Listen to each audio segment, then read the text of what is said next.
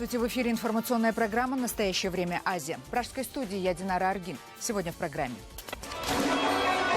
Танцующие афганские мальчики подростков заставляют публично изображать женщин на мужских праздниках, нередко насилуют и продают как скот. Однажды они привезли меня в деревню, где меня насиловали двое мужчин. На строительной площадке Нарынской ГЭС, кроме кошек, уже никого. Кыргызстан расторг контракт века с Россией и остался должен. Новых партнеров пока не нашли. Было бы хорошо, если бы пришли русские. Мы язык их понимаем, они нам не чужие. А если китайцы придут, то они привезут своих рабочих. Дипломатические приличия отброшены. Американская финансовая разведка впервые обвинила президента Путина в коррупции. Западные СМИ припомнили все, включая подаренную Абрамовичем яхту за $45 миллионов. Владимир Путин коррумпирован? Мы считаем, что да. Расовый скандал накануне «Оскара». Чернокожие артисты бойкотируют вручение премии из-за отсутствия среди номинантов афроамериканцев, а их белые коллеги называют происходящее черным расизмом. Нельзя сказать с полной уверенностью, но, вероятно, иногда темнокожие актеры просто не заслуживают попадания в список кандидатов.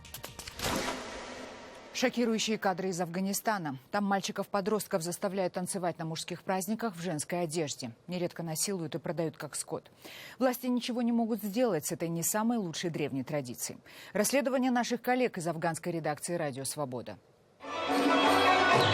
На кадрах частная вечеринка в Кабуле. В Афганистане женщинам запрещено танцевать на публике. Вместо них на вечеринках и праздниках танцовщиц изображают переодетые в женское платье мальчики-подростки. Танец бача-бази или танцующие мальчики – древняя традиция, но она широко распространена и сегодня. Зачастую его исполняют сироты или мальчики из бедных семей, начиная с 10 лет. Они подвергаются домогательствам и насилию. Один из таких мальчиков пришел в кабульский офис «Радио Свобода» и показал, как он танцует. Абдул не назвал своего настоящего имени, но рассказал, что с детства танцует на свадьбах и вечеринках.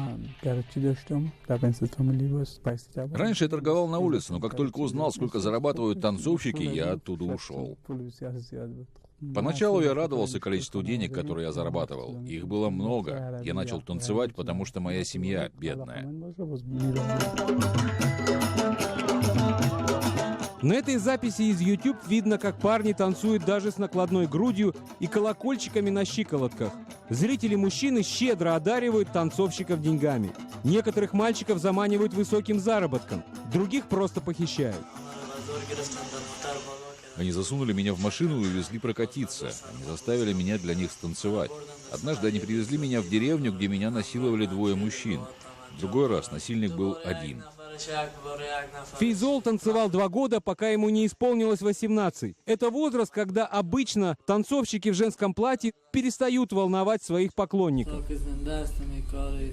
Пока я жив, я никогда не забуду, что эти люди сделали со мной. Я потерял разум, я постоянно кусаю ногти, у меня психологические проблемы. Традиция бача-бази снова разрослась после падения движения «Талибан», который называл ее неисламской. В Афганистане сегодня эта практика все еще нелегальна, но запретом часто пренебрегают. Территория страны поделена между разными вооруженными группировками, которые пренебрегают законами. Бача-бази все чаще можно встретить и в больших городах, включая Кабул. Это торговля детьми. Мальчиков крадут и увозят из одной провинции в другую. Дети живут под присмотром влиятельных вооруженных командиров, и их заставляют быть танцующими мальчиками. Другая проблема, которая не позволяет бороться с незаконной практикой – соучастие полиции. На этом видео из YouTube афганский полицейский, судя по всему, наслаждается шоу. Танцоры говорят, что это не редкость. Полиция не спрашивает, почему мы этим занимаемся, но они грозятся арестовать нас. Много раз они требовали, чтобы мы танцевали и занимались с ними сексом или давали им денег. В интернете бесчетное количество таких видео. До тех пор, пока в Афганистане существует крайняя нищета, а законы не исполняются, практика бача-бази вряд ли исчезнет. Александр Орлов, «Настоящее время. Азия». Россия и Кыргызстан расторгли договор о строительстве Нарынского каскада ГЭС. Эта новость уже несколько дней не сходит с первых полос российских и кыргызских газет и с экранов телевизоров. Проект, который называли «Стройкой века», по крайней мере в Кыргызстане, прекратил свое существование. Как было официально заявлено, из-за отсутствия финансирования со стороны российской корпорации «Русгидро». Поставит ли расторжение договора крест на мечте об энергозависимости республики, выясняла Джибек Бегалиева. В небольшом селе жизнь словно остановилась. Нет больше воды, ее нужно приносить из речки, не проезжают колонны экскаваторов. Строительство ГЭС по соседству остановилось. Сейчас опять работы нет, лежим дома. Когда регулярно получали зарплату, было хорошо. А сейчас что? Вон одну лошадь продам, $500 выручу. А потом что делать? Жеребец у Талайбека единственный. Продавать его фермер не хочет. Надеется, что русские снова придут и все-таки достроят ГЭС. Было бы хорошо, если бы пришли русские. Мы язык их понимаем, они нам не чужие. А если китайцы придут, то они привезут своих рабочих. Граждан Кыргызстана на работу брали охотно. Почти половина сотрудников совместного с Русгидро ЗАО были местными жителями. Все они жили в вахтовом городке, в котором сейчас никого не осталось. Эта кошка последний оставшийся здесь житель поселка. Рабочий городок, рассчитанный примерно на 500 человек, сейчас пустует. Последний сотрудник компании выехал отсюда дней 10 назад. Безымянную кошку приютили местные охранники. Они здесь остались, чтобы не дать мародерам разграбить дома и офис. Но зайти внутрь и посмотреть нам, к сожалению, не удалось. Тут все двери закрыты и опечатаны. Мебель внутри нехитрая. Столы, диваны и стулья. Самое ценное здесь оборудование. Вот огромный козловой кран. Его так ни разу и не использовали. Рядом мини-завод по производству бетона. Тяжелая техника стоит там же, где ее оставили водители, когда узнали про то, что строительство Верхненарынского каскада ГЭС будет остановлено. Из 4 станций одну обещали запустить в этом году. Однако дальше земляных работ дело не продвинулось. В Русгидро утверждают, что на все это было потрачено $37 миллионов.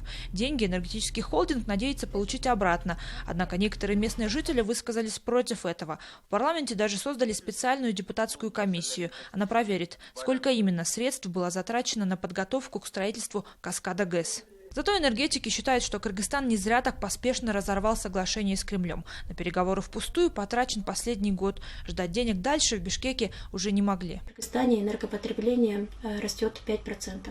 То есть ежегодно 5% прирост. Да? И это, значит, дефицит энергии будет только с каждым годом увеличиваться. Те ГЭС, что существуют, изношены настолько, что крупные аварии случаются теперь регулярно. Из экспортера электроэнергии республика превратилась в импортера. Обеспечить энергетическую независимость должны были 2 крупных проекта – Верхненарынский каскад ГЭС и Камбаратинская гидроэлектростанция. Обе стройки обещали профинансировать в Кремле. Подписывал соглашение, кстати, лично Владимир Путин. Однако Кыргызстану теперь придется искать других инвесторов. Желающих построить гидроэлектростанции в нашей республике очень много инвесторов. Из Китайской Народной Республики, из Казахстана, из Турции. Очень много их. Просто надо, знаете, проводить нормальную государственную политику. Один ГЭС надо отдать китайцам, другой надо отдать туркам, третий арабам. Там же 4 ГЭС. Хотя, если по мне, то можно отдать и нашим собственным гражданам. У нас сейчас много состоятельных людей. Снизится ли после такого конфуза влияние России в республике, эксперты пока не знают. Москва взяла обязательства еще по нескольким крупным инфраструктурным проектам, в том числе по модернизации газовой системы в республике. Однако несколько российских экспертов уже предупредили, денег на это тоже у Кремля может не быть. Джибек Бегалиева, Азат Антымаков. Настоящее время. Кыргызстан.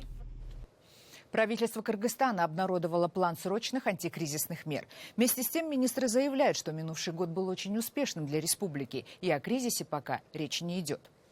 У нас на связи наш корреспондент Адилет Бектурсунов, который побывал на пресс-конференции правительства. Адилет, здравствуйте.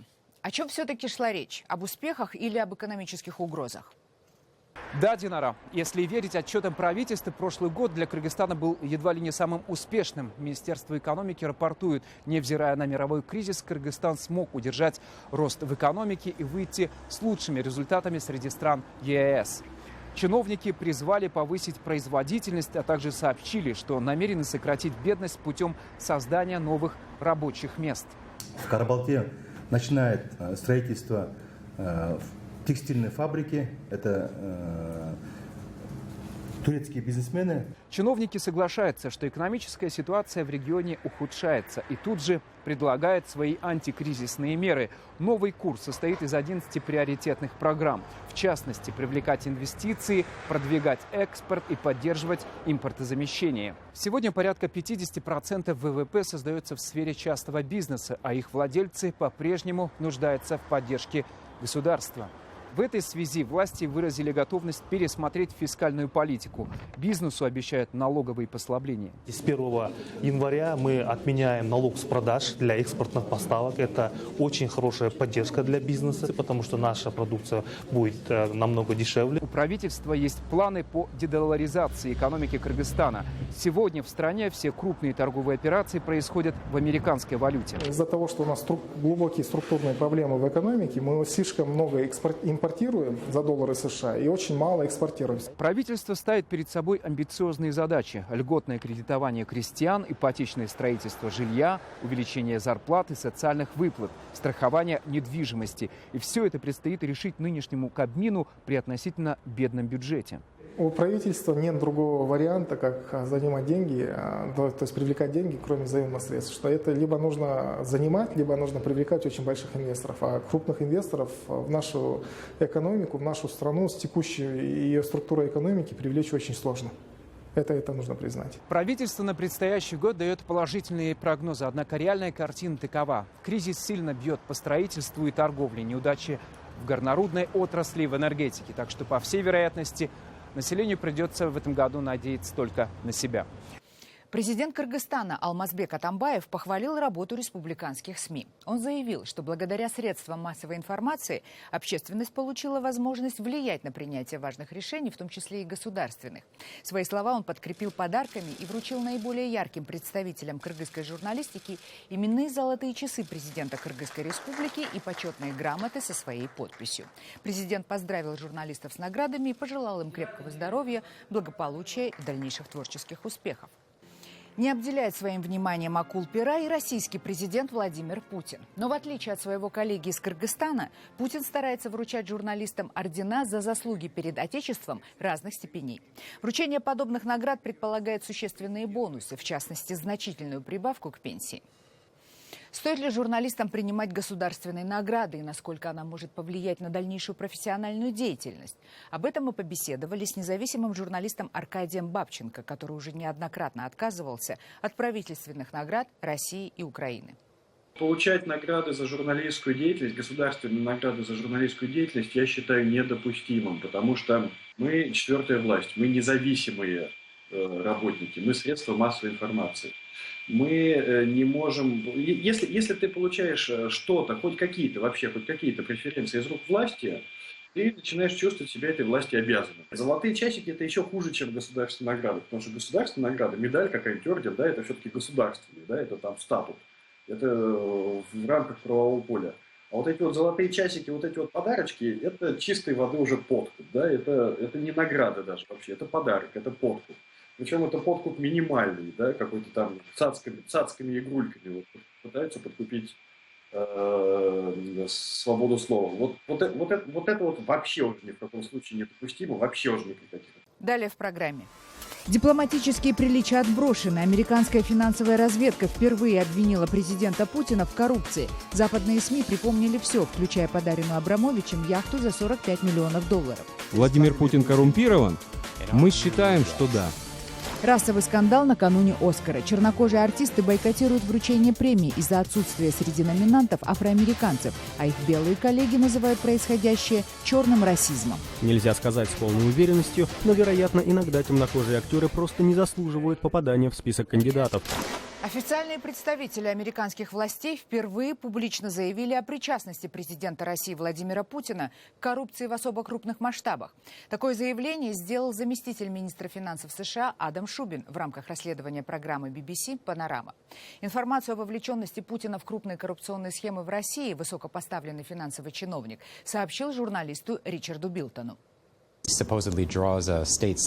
Предполагается, что Путин получает от государства зарплату в размере $110 тысяч в год. Это некорректное описание состояния этого человека. У него большой опыт в том, как скрывать истинный размер своего состояния. Владимир Путин коррумпирован? Мы считаем, что да. Также в расследовании BBC были озвучены самые разнообразные факты коррупционной деятельности российского президента. О ней рассказывали люди, которые недавно находились в очень тесном контакте с Путиным и являлись его бизнес-партнерами. В частности, упоминалось личное состояние российского лидера, которое, по мнению аналитиков ЦРУ, оценивается в 40 миллиардов долларов. Журналисты предлагали Путину дать интервью для этого фильма, но он отказался. Также в расследовании было уделено много внимания личной яхте Владимира Путина, подаренной ему якобы миллиардером Романом Абрамовичем. Люди, которые контролировали передачу этого подарка стоимостью в 45 миллионов долларов США, заявляют, что все расходы на содержание лодки, так называют свои роскошные яхты их обладатели, осуществляются из бюджета Российской Федерации. Яхту содержали и оплачивали расходы на ее эксплуатацию из государственного бюджета. Почему это держали в секрете? Потому что яхта принадлежит лично Владимиру Путину. Надо сказать, что Кремль мгновенно отреагировал на обвинения со стороны финансовых властей США и журналистов BBC. Вот что сказал пресс-секретарь Путина Дмитрий Песков. Что же касается содержания этого материала, это чистый вымысел и клевета, которая не имеет под собой никаких оснований. В Молдове не утихают митинги и столкновения участников массовых демонстраций с полицией. Накануне протестующим даже удалось на время захватить здание парламента. Лидеры протестов из оппозиционных партий требуют проведения досрочных выборов. Они предъявили ультиматум правительству, который истекает в предстоящий четверг.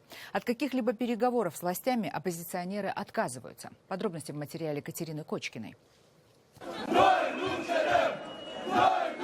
Протесты в Кишиневе 20 января, когда часть разъяренной толпы ворвалась в парламент, показали, мирные акции в любое время могут перейти в другую форму.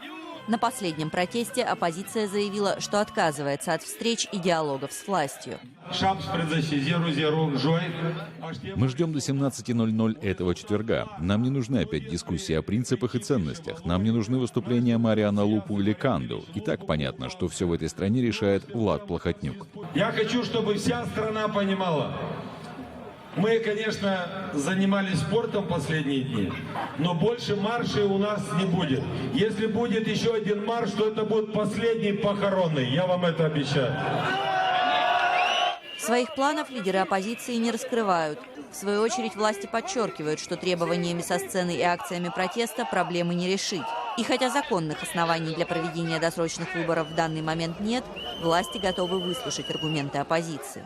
Мы готовы вести диалог с протестующими, и мы ждем, чтобы они привели нам юридические основания для проведения досрочных выборов. Мы просим их предоставлять нам конкретные материалы, делегировать экспертов, юристов, с которыми мы можем рассмотреть все эти аспекты. Мы требуем, чтобы вы соблюдали закон и не допустили, чтобы протесты беспокоили других граждан. Тем временем новое правительство взялось за тарифы. Так цены на топливо в среднем понизились на 1%. В ближайшее время премьер-министр обещает снижение цены на газ примерно на 10%. Мы хотим изучить методологию формирования этих цен. Надеюсь, экономические агенты это не воспримут как давление с нашей стороны. Главное, чтобы были результаты для граждан.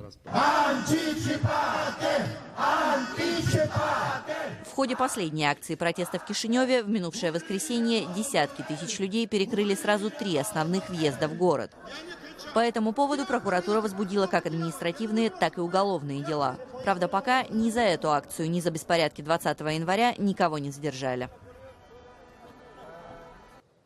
Пресс-служба Вооруженных сил Украины заявила, что на территориях так называемых ДНР и ЛНР уже более 300 человек скончались от свиного гриппа. Украинские военные считают, что сепаратисты не в состоянии справиться с эпидемией.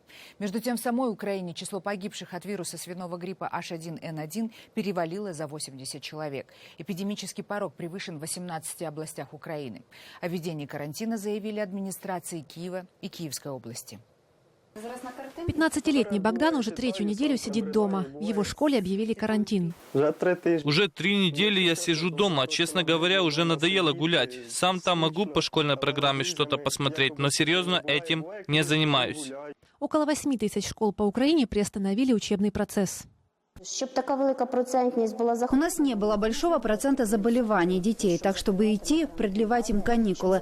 Но по распоряжению отдела образования района, чтобы предотвратить заболевание на грипп, мы таки ушли на карантин. Директор учебного заведения Валентина Мазуренко говорит, что делают все ради предотвращения массового заболевания гриппом. Школа в селе Мытница Киевской области только в этом году перешла с газа на альтернативное отопление. Поэтому дети с карантина вернутся в теплые стены.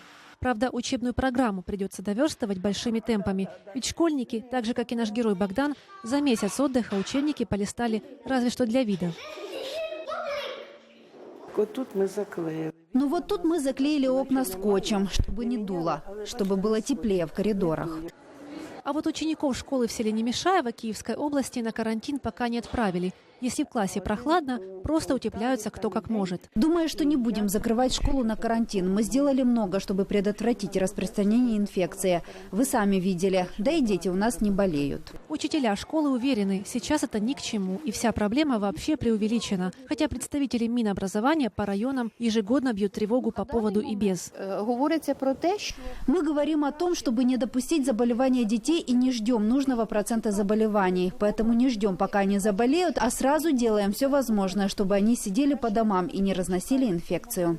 По последним данным Министерства здравоохранения Украины, на сегодняшний день от осложнений гриппа умерло 83 человека. Эти цифры обновляются. Тем не менее, по словам министра Александра Квиташвили, причин для паники нет. И пока министерство не паникует, все больше школ Украины предпочитают остановить учебный процесс.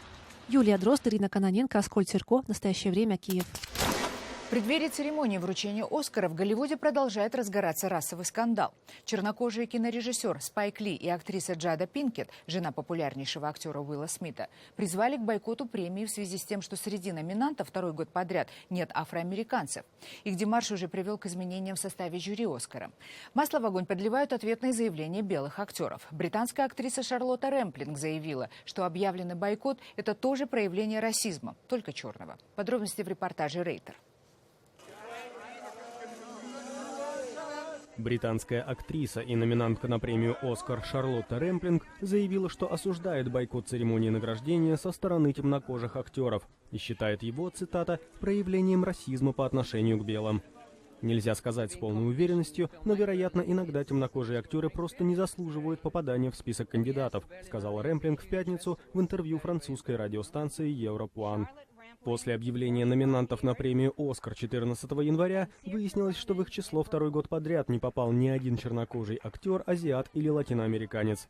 После этого актеры Уилл Смит и его жена Джада Пинкер Смит, а также режиссеры Спайк Ли и Майкл Мур заявили, что собираются бойкотировать церемонию награждения в феврале. В пятницу Киноакадемия США представила план по увеличению в 2 раза количества женщин и представителей меньшинств в своем составе к 2020 году. Кроме того, теперь право на голос у членов Академии будет действовать не пожизненно, а лишь 10 лет с момента выхода последнего фильма с их участием. Пожизненное право голоса будет предоставлено лишь лауреатам и номинантам премии «Оскар», а также тем, кто активно участвовал в съемочном процессе более 30 лет. В Американской киноакадемии состоит около 6 тысяч человек. В 2012 году газета «Лос-Анджелес Таймс» выяснила, что 94% ее членов белые, 77% мужчины. Средний возраст академиков составлял 62 года.